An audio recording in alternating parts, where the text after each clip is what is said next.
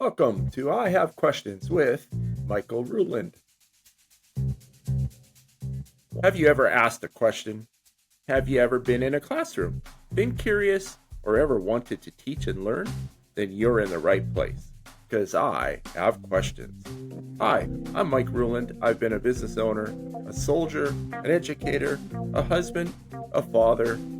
I am full of ADHD and am experiencing the negative effects of long COVID. But I've spent the last 2 decades working in the public school system as a teacher, coach, mentor, and administrator.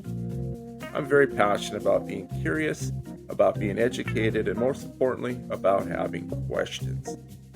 Join me on my journey as I share stories, talk to some fun and inspiring people, gain insights to being a better teacher, a better student, and maybe even a better human. I hope you're ready, because I have questions.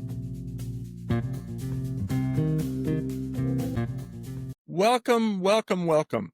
You have joined me on my pilot podcast about moments in teaching, learning, and curiosity. I know you have a life that is already chock full of everything under the sun, so personal thanks for giving me a sliver of your time. Today's topic is one that I wished I'd had the smarts to have started, but it all goes to my wife, the amazing rock of our family. It started some 25, 30 years ago at our dinner table, and it's still kind of a thing. I'm very excited to talk about our family's famous, at least to me, the 3 things. Today's guest is someone who will talk with me about those 3 things and how they used it in their education, their learning, and their teaching. I just know you will love hearing from them. At least as a father, you better. All right. I can't wait to get started. Are you ready to get started? Then let's go, because I have questions. All right. I think the whole idea about talking about my family's 3 things is probably the bedrock to my curiosity and my questioning. We all know that relationships are a cornerstone to education. They're definitely my cornerstone. So as I was thinking about this, I happened to read a study by the National Library of Medicine. Yes, I did read. I can read for some of you, although there's a lot of big words there. But the National Library of Medicine actually looked at 4 different studies involving children's questioning, and those questions being used as a mechanism for cognitive development. This study highlighted the focus on kids' questioning and questions as an efficient mechanism for that development. But where do you start? Well, we, again, Sarah, started by asking questions about our day at dinner time. So when my kids were growing up and entering school, Sarah started asking our 2 kids to tell us 3 things they had done that day at school. At first, it was a little bit like pulling teeth. But then we started getting 3 things that always centered around the playground. We loved hearing about the swings and kickball and chase. But at one point, a statement was made, probably by me when I was grumpy, that only one more thing can be about recess. The rest has to be about what you learn. Over the years, though, I've used this idea in my classrooms to create relationships. I really think kids just want to be heard. And the best way to be heard is for someone to ask questions. Think about it. Being asked a question, any question, makes you feel important or wanted, or at the very least, seen. So in my classrooms, I never hesitated to ask a student a question about themselves or how something in class related to their world. All right, back to my kids, or at least one of them right now. So they're both in their 30s. We don't really do the 3 things at the dinner table because they're not at the dinner table, but they do check in and tell us about their days quite often. It's amazing. Very cool. In fact, kind of cool, I have previous students who will check in with me occasionally. That is also super cool. All right, it's time. Let's get to an interview, shall we? Emily, as I already disclosed, is my daughter, and they are here for that reason. Well, Not even close, actually. Emily is a graduate of North Dakota State and the University of Pittsburgh. They got a bachelor's and master's at North Dakota State. They then moved on to Pittsburgh to continue their studies. At the University of Pittsburgh, got a couple more masters or something. Anyway, after getting their master's, they now work at Pitt Global University Center for International Studies. Say that 3 times fast, huh? As their global communication strategist. Throughout their time in college, Emily has taught many undergraduate classes at both NDSU and Pitt, clearly has taken more than their fair share of classes. They've also experienced working in a middle school and special education classrooms, and a lot more.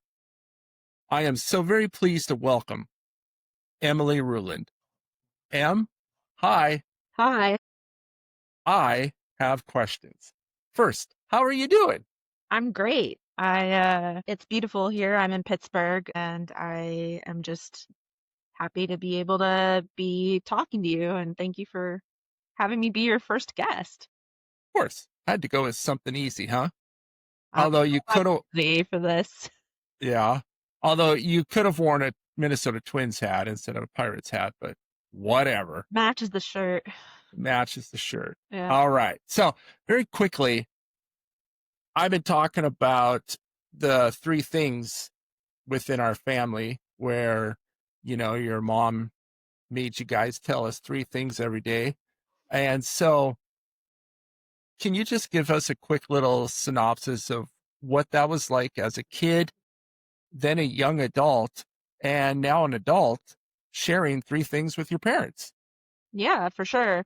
I don't remember a time when I didn't have a very easy time with the three things. I think probably uh I I settled very quickly into that probably. Of Brian and I, my brother, I'm the one who's usually a bit more talkative, as you know. And I feel like, we've talked about how it started out where I think that Brian and I would both like say things like, oh, recess was my favorite part, or, at lunch I got to do this cool thing. But quickly we were able to start talking about like the actual class and things that we learned. And I think I probably talked a lot about books. I would guess. I love to read and still love to read. And so I think that was really nice because it helped me have like a really specific way to share with you as a kid, which helped make it easier. Like, I think sometimes as a kid, it can be hard to think about like what all to bring to the table. And if you like don't have the practice of it, of doing it that consistently, I don't think that you can really like, you don't have that practice. You haven't built the chops to do that, right? And so I Yeah. think that, being able to like start by saying, okay, here's 3 things, and it's really hard, but one thing about school is that it's pretty consistent. And so if you kind of figure out how to start to work within it, like you can get better and better at it, just like anything else. And so I think that that was nice, that see of, okay, I know I have to do 3 things, meant I could think forward to it and be like, oh, hey, I'm actually enjoying the science experience that we're having in class, or oh, hey, we talked about this book and I liked that. And I was able to kind of slot it away for that night at the dinner table. I also think that it was a way where I, I talk to a lot of my friends now. As I'm gonna not do the chronological way that you said to answer, because what kind of daughter would I be if I did that? Um, but I talk to my friends a lot as an adult now about how, you know, we all say, everyone probably comes up like messed up from their parents to some extent. But What? but I think that, my partner just said, Selena just said recently that we were talking in a group setting, and she was like, well, Emily probably had the least their childhood was probably the least problematic of all of ours, or something like that. But I think it's because, or not the only reason, but part of it is because those 3 things, like, I had your full attention in those 3 things that I was saying, and I felt like you cared. And I think that that really matters. I've never really felt like I couldn't tell you guys things. And so I think that, as we moved forward and three things did, it phased out as we became teens, but I never felt uncomfortable coming to talk to you about things that were happening at school or in my life. And I feel like that three things kind of did so much. Like it helped me be able to like share my educational experience, which probably did a lot of educational stuff too, right? In addition to, Mhm. just being able to talk about it. But then it also like gave me this comfort of, oh, my parents want to hear how I'm doing and they want to hear about what's going on in my life. And so I'm sure, we always joke that, you're at 15 minutes, you're like, oh, anything else? And I know it's a joke because if I had something else to talk to you about, you'll happily stay on, right? But um, I know that when I call, I'm like, okay, like I've got my dad's ear, I've got my mom's ear, which is always really nice. Cool. Wow. I think we'll end the conversation now because it's hard to top that answer. So I guess as you then move through your education as a student and a teacher, Yeah. and now working with students and teachers, how do you think that teachers asking you questions about yourself, then using what you just shared, how did that affect your time in school? And how does it affect your time in school with teachers then asking you those types of questions? I think that that's a good question. I think that, I've always found that the teachers who connect with me, like, and seem to care, and I don't necessarily mean that as in they take in all my baggage, because, they're, especially in higher ed, you know, I've had professors who do that invisible labor, and that has its own set of problems, right? Like, women are far more likely to be the ones who are listening to their students' problems. And then like to be like, oh, and those are the best teachers is a complicated thing. So I don't necessarily mean even like, oh, they listen to you about your personal lives, but like teachers who in a classroom are willing to listen to you and you can tell they are and they ask questions and actually want to hear makes such a difference. I remember there was this teacher, like not to be super negative, but there was this teacher in high school that just didn't care at all what I had to say. And I remember that in classes, she would like ask a question and it seemed like an open-ended question. It seemed like she wanted people's opinions, but then one of us would answer and she'd say no and like wait for another person. And she was clearly listening for one particular answer. And in my own personal teaching, I try not to have yes or no or questions that only have one right answer, because I feel like that just sets a student up for failure, because if they're wrong, then they feel embarrassed about it and like it doesn't help them at all. Whereas if you give Hmm. open-ended questions and you actually want to hear what they have to say, like they can feel valued and they can add something to the discussion, right? And so I think for me, like when a teacher asks questions to me and like wants to know, you know, where I'm coming from on something, how I'm feeling about a subject, or what my interest or connection is to it, like I'm just way more willing to learn, right? And so Hmm. that's, you didn't ask this, but that's how I try to teach in my classes. I've taught everything from, writing composition to I moonlighted as an Austen and Bronte teacher, and even a class called Imagining Social Justice, where we'd read science fiction and fantasy books. And in one particular version, we did Afrofuturism. And I loved that class because students didn't always have any knowledge coming in about it.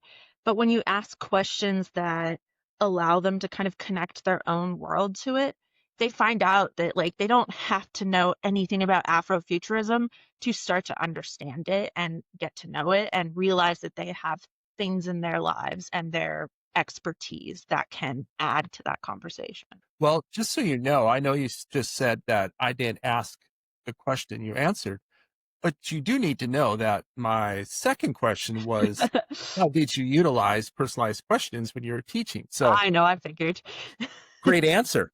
Uh, but I guess, we've all seen this in classrooms, but did you have any students who really shied away from being asked questions about their thoughts and themselves? And what kind of effect do you think that had on their education? Or do you think it was just the fact that you're asking questions for them was enough of a hook?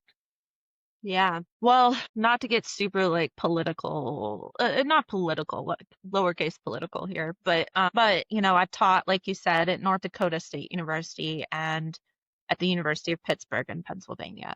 And I've had I've had two big conglomerate types of students at each university. There are two really important distinctions, I think, between these universities. One is that at North Dakota State University, the acceptance rate was something like 89% or something. You know, a lot of students can get in.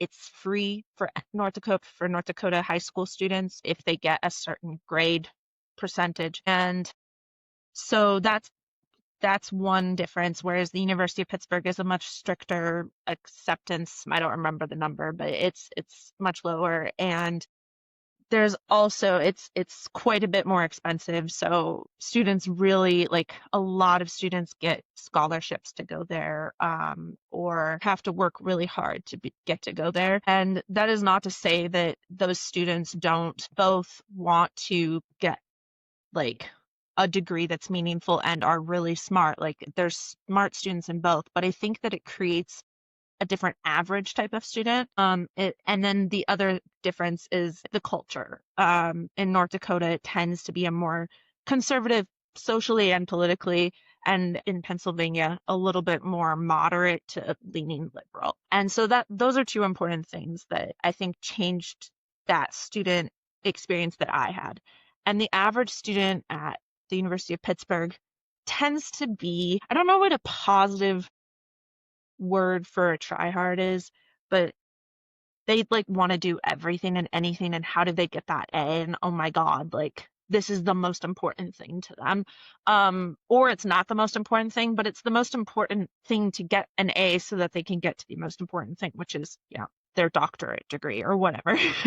And at NDSU, it tended to be a lot more white male kids studying agriculture who just wanted to get through this English class because it was a requirement. That's not always the case, but I will say that that's the biggest difference for me, is that those students who just wanted to get through because they didn't really care about English, they just wanted to, manage their dad's farm, or they wanted to, join John Deere or whatever it was, like, they tended to be a lot more insecure about being asked questions in a way that was like, but I don't know. I have no idea. And they wouldn't try.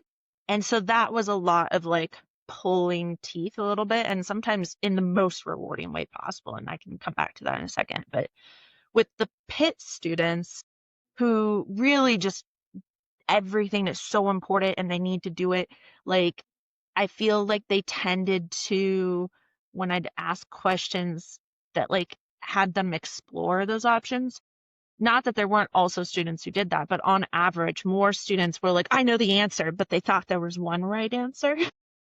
And so it's interesting because I had these really different experiences of how students would feel about being asked questions, but they both kind of come to the same thing, which is this insecurity with being wrong and this insecurity about like lack of knowledge. I think what they both have in common is that, like, and they're just, dealing with it in a different way, is that a lot of times students feel like they don't want to speak if they don't know the answer, and they feel like there's only one right answer. So a Yeah. lot of times my job feels less like teaching them how to write good, and more about how do I help these students realize that they have a voice and they can use it, and that the process is sometimes more important than the arrival of the destination, and thinking about how you can come to that answer rather than just,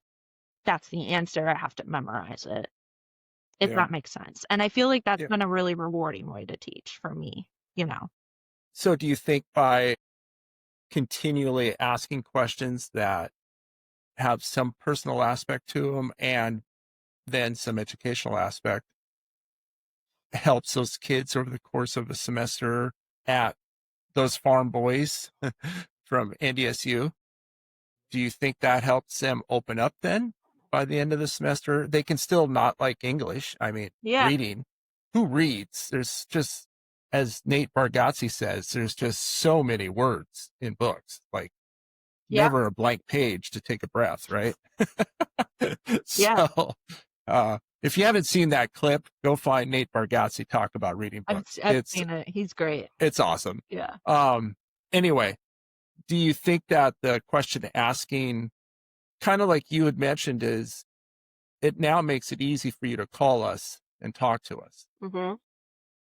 Does that same thing, you think, work in a classroom in the course of, 10 weeks or 18 weeks, whatever it is? 1,000%, but only if you are dedicated to listening to them. Um, Yeah.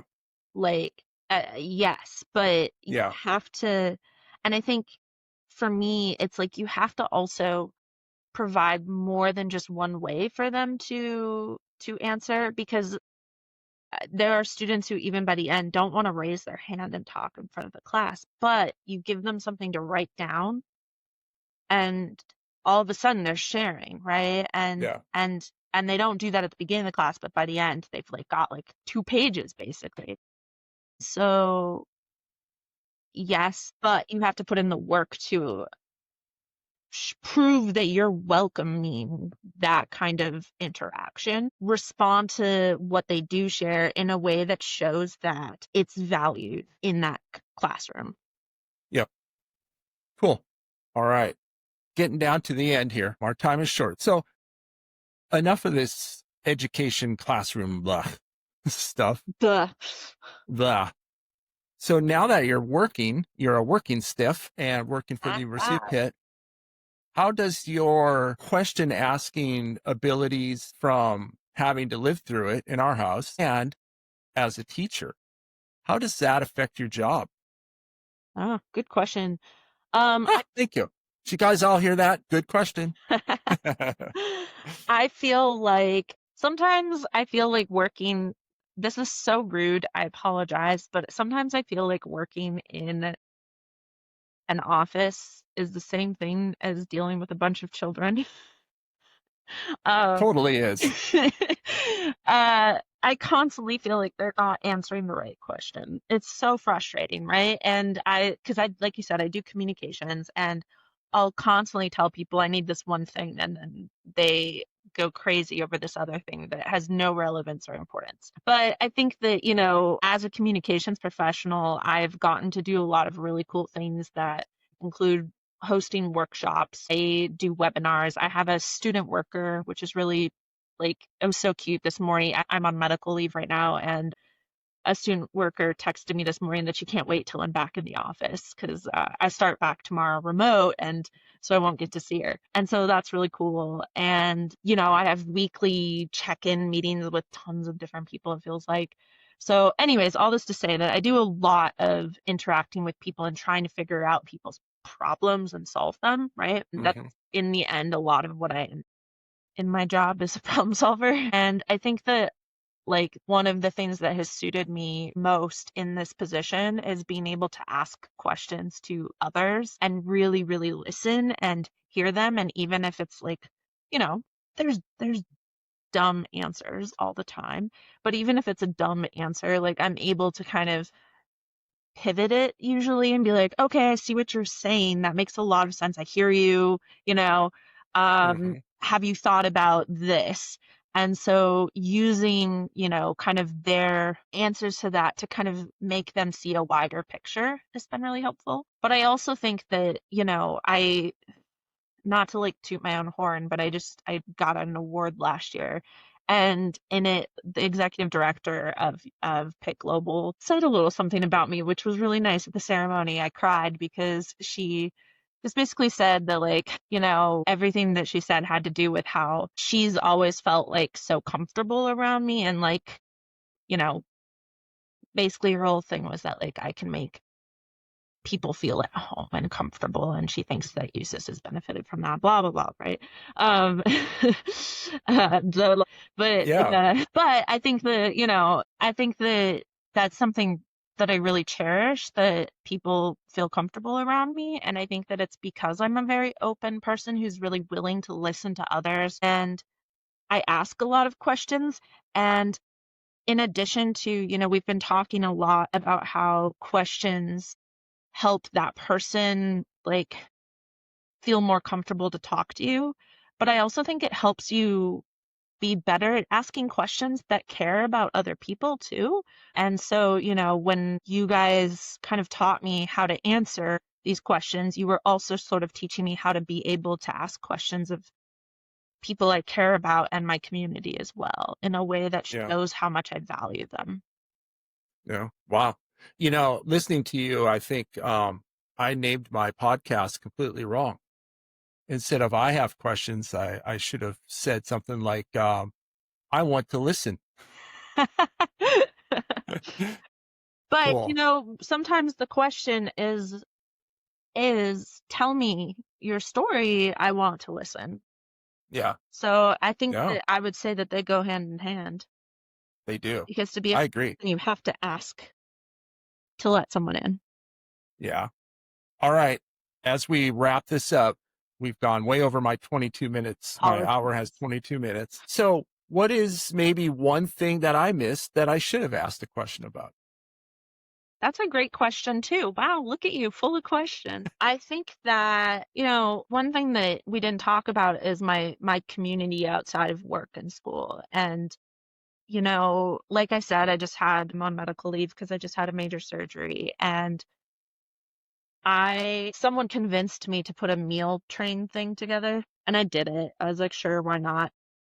And we had so much food show up at our door, like so much food, too much food. We were like, eating, I don't think we cooked for like 2 weeks. And it was amazing. And I've realized a lot about who the friends are that I cherish and why. And a lot of it is because they're such good listeners. And I mean, I've been told that, like, that's something that I'm really good at. And, in my community, I try to, especially like, as a queer, non-binary, like liberal person who exists in, this pretty niche community of leaning liberal, queer, often non-binary folks, like, but also, has these like work and like, other things that kind of pull me out of that circle. But I feel like I've really come to value how my ability to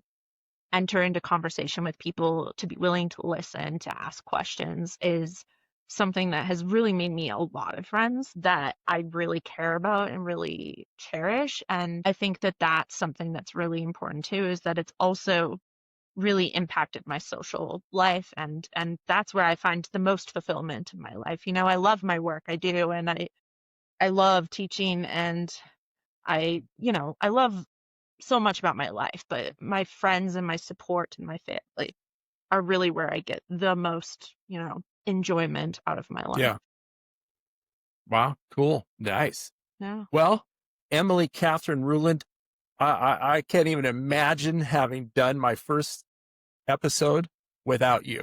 Aw, Thank you. yeah. You not only make me a proud papa growing up and as an adult, but you offered amazing insight from a different perspective on asking questions, and I I couldn't be happier with how we're rolling this thing out. So, Yeah. um, you know, I got a funny feeling you're going to be on another episode about some other topic. Sure. So get ready. Deal. And thank you so much. Of course. Anytime. I enjoy talking to you always. All right. Yeah. I think questioning is the spirit of being human. And as young children, everyone has been asking questions built into them. Remember spending time with a toddler and walking away wondering, when will the questions ever stop? But over time, something has managed to quiet that spirit as we grow older. I think asking questions is how we grow older and wiser and sympathetic and empathetic. I sure hope my talk with them and some of my commentary has been insightful or relaxing or at least a good way to kill some time. All right. Thanks again, Tam, for joining me on this. It was amazing. Part of my podcast is also to be an advocate for long COVID. And just a quick little long COVID update. So as you know, long COVID is quite a thing. Some of you may know about it, some of you may not. And as some of you know, I personally have been battling long COVID and the chronic illness bug that has created, quite honestly, a really rough last 3 years for me. It has affected pretty much every aspect of my life, and from work to social to everything personal. So if you or someone you know has long COVID or chronic illness, right now, my best piece of advice to you is just be there. Be there for them. Be there for yourself. Don't advocate for some magic cure or more rest or any advice, actually. Just be there for them. Ask them if they need anything. Maybe all they need is someone to sit in the same room and do nothing. So give it a shot. All right. From the new questions email line, Barb D asked, what is the most important thing I can do as a new teacher? Great job, Barb. Other than the other 1,000 things you can do, one thing I like best is ask veteran teachers to let you sit in on their classes. You are going to feel completely overwhelmed, and just know in your mind that you don't have the time for that. But let me share that sitting in multiple classrooms during your prep will be a career and life saver. You will see amazing things that you will be able to incorporate immediately in your classroom as time savers, as well as many things you know just won't work for you. So take a deep breath, spend some time watching others and taking notes. I hope that helps. Hey, please send me questions and tips you have as a new teacher or as an experienced teacher to IHaveQuestions2025@gmail.com. Wow, you guys all absolutely rock. I am so ready to keep this ball moving. Next week, the ball will keep moving as I tackle a subject that is very near and dear to my heart, and that is meeting people where they are at a moment in time. Whether you are a student, a teacher, or a worker, or just us humans, we are always in different places and different time, physically, mentally, and emotionally, and we need to be met and meet others where they are at that moment. I can't wait to explore that topic with my guest next week. All right. Please touch base with me whether you have questions, concerns, helpful hints to make this thing better, helpful hints telling me I'm crazy. Well, maybe keep away from crazy because we all know that's already true. Or you just want to say, hey, email me at IHaveQuestions2025@gmail.com. That is, IHaveQuestions2025@gmail.com. If you found your time and energy was well worth the journey so far, please keep popping in and tell your friends about me. If you're not certain this was worth the time and energy, please just a little bit more of your time and tell me what needs to be done to earn it. Send your comments again to IHaveQuestions2025@gmail.com and give me another try next week. I'm new. Give me a break. P.S. You know, one of my inspirations for this show was a book. I know, twice in one episode. I do read. Not much, but I do. Anyway, the book is How to Think Like Leonardo da Vinci by Michael J. Gelb. One of the chapters that stood out to me was about Da Vinci's principle on curiosity. Da Vinci's insatiable, curious approach to life is infectious and has driven me to try and be curious and ask questions. I think it actually has made me a better listener, although I still love to bore people with my super long, drawn out stories, as you know. As you will find out throughout this podcast, I also have ADHD and, as you've learned, long COVID. But the ADHD has been my lifelong curse or lifelong blessing, probably both. And because of that, I intend to go down some rabbit holes quickly. Hey, look, a squirrel. I had to do that. Sorry. Anyway, actually, there is a squirrel, I think, right out the window. Anyway, back to it. As I was reading this book, I did a lot of research about Leonardo, and he spent an enormous amount of time just watching the sky and nature and water and clouds. And, speaking of clouds, did you know that according to the CDC, about 40 million, yes, you heard me right. Let me say that again. 40 million with an M lightning strikes hit the ground in the United States each year. Around the globe, 8 million a day. So when you're watching the clouds, remember, lightning can hurt. Peace and love are.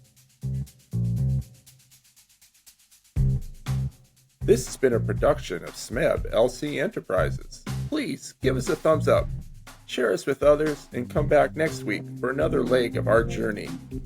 Thank you for spending some of your valuable time and energy with us today. This is also a great time to reach out to someone in your life and just ask them, how are you doing? Don't wait until next week. And remember, it's always powerful to say, I have questions.